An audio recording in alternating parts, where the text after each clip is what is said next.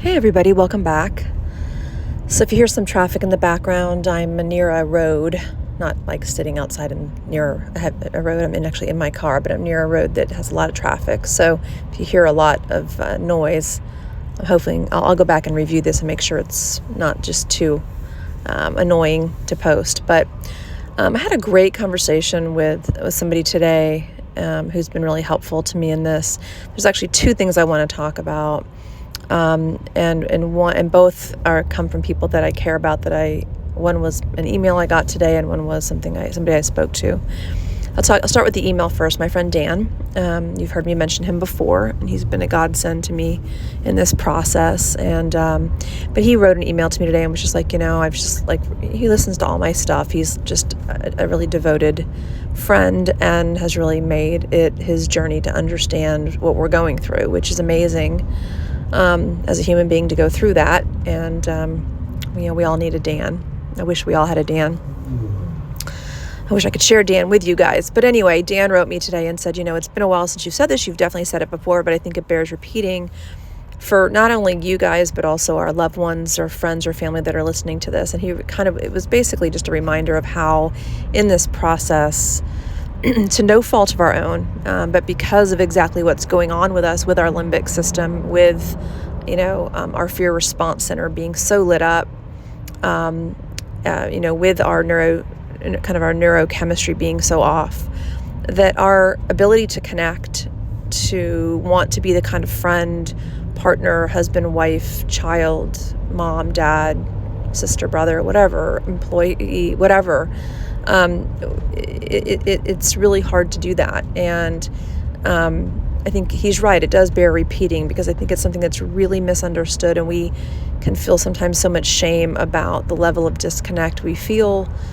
It's hard to feel love for ourselves, let alone anybody else. And it's very confusing how we can look at our children or our partners and our friends and just not be able to evoke a feeling that we've, known our whole lives.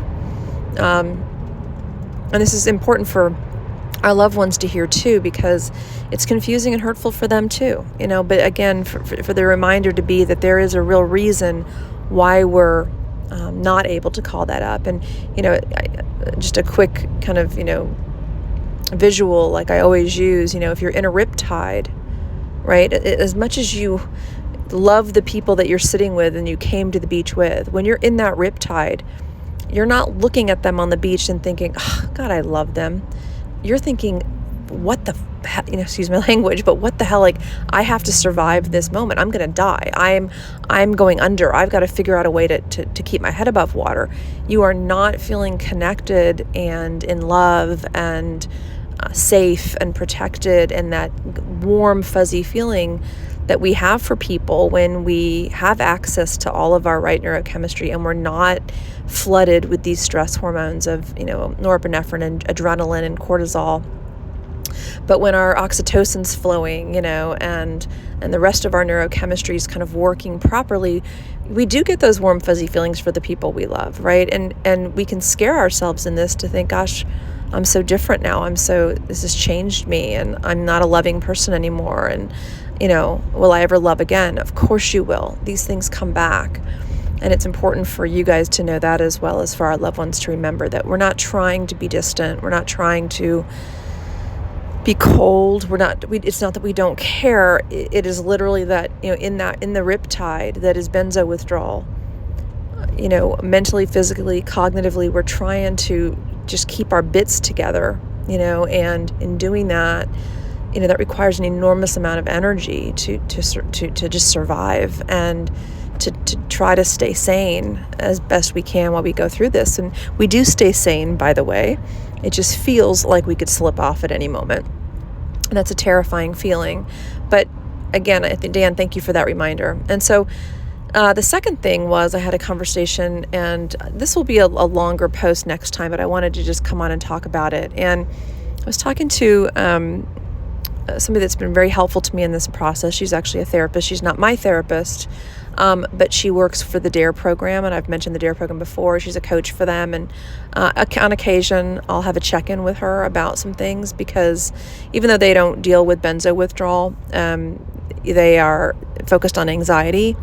And as you've heard me talk in here before, I have, as a result of this assault on my nervous system operates very similar to somebody who has a very acute, very severe anxiety disorder at times.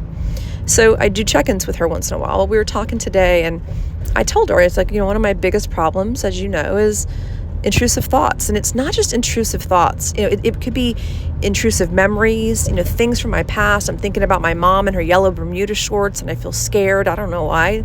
Mom didn't scare me in her Bermuda shorts. The smell of raspberries. It could be things I've done wrong in my past, things I regret, things that I've done outside of my value system. It could be, future things. It could be what ifs. What if something happens to my niece or my nephews? What if this? What if that? What if I did something to them? What if it can do anything. It can go past, present, future. It mostly stays in my past, sometimes in the future. It can be imagined, completely an imaginary scenario of like, what if something really terrible happened to my niece while she's on spring break? And just go to worst case scenario. Or it can go back to something in my life and twist and distort it, or, on and on. And it was great because she was like, look, it's almost kind of like I've got this librarian in my mind. So I'm going to name my librarian Marian the Librarian. I think that comes from the Music Man, doesn't it? I don't know. Anyway, Marian the Librarian, I'm going to name her. And basically she said, imagine like Marian the Librarian is basically pulling out all these different books, because here you are, you're feeling all this fear. You're feeling, you're in this heightened state. You're feeling fear. And her job, our amygdala's job, right, again, is to, it's loyal but dumb. It's just going to keep showing us stuff and saying, is this what's bothering you? Is this what's bothering you? And then, of course, when it shows me memories of things I'm ashamed of, that's going to bother me. And then I'm going to think, oh, I got to get rid of that thing that's bothering me. I got to get rid of that thing that's bothering me. I got to get rid of this thought that's bothering me. Oh my God, that thought bothers me. And so it was really helpful, because I got off the phone and I imagined that there's this door, right? And it's a glass door, and I can see in it. It's sealed off. I'm on one side, Marian's on the other, but Marian's over there, and she's one of these like annoying librarians. It's like, what about this book? Hey, remember this one that you read 20 years ago? What about this one from when you were 5? Oh, here's a story you've never read before. Look at this one. And of course, everyone she's handing up is bothering me. It's scaring me in some way. And part of it is that the state that I'm in as I'm looking at the things she's holding up for me, I'm already scared. I'm already unsettled in myself. And so as she's like, it could be a book from a memory. Look at this one. Or it could be, like I said, here's a new book you've never thought about before. And it scares the shit out of me. Look at this one. And so it was really, really helpful to begin to think about from that angle, and to kind of, I've always talked about like naming our amygdala, whatever. I think Jennifer Lee names hers Amy. But this is, I want to go one step further for me and get it out of brain structure and just call it, for me, Marian the Librarian. She's on the other side of this glass door, and she's showing me all kinds of scary and shitty things, right? Thoughts, memories, urges, images, all kinds of things. And and my job is to stand on my side of the door and go like, thumbs up. Thanks, Marian. Okay, thank you for that. Got it. And not do anything about it. I don't have to read the book again. I don't have to interpret the book. I don't have to, analyze it and write another book report. I don't have to worry, God, I haven't read that book yet, but that looks like I need to read that book. I don't have to do anything with these books. Okay, these books, again, are the images, urges, thoughts, memories, whatever, that come back at us and come at us sometimes in rapid fire. I can have weeks where I'm plagued by one intrusive thought, and then I can have drives where I'm literally hitting 20 different weird thoughts and these wishes that come with them. And I just, it's the same thing. It's Marian the Librarian on the other side of the door. And another way that I think about it, you may have heard in another video, is imagine we are like, almost like a snow globe, okay? So you've got that snow globe sitting on your desk and it's not moving and there's nothing floating in the snow globe, right?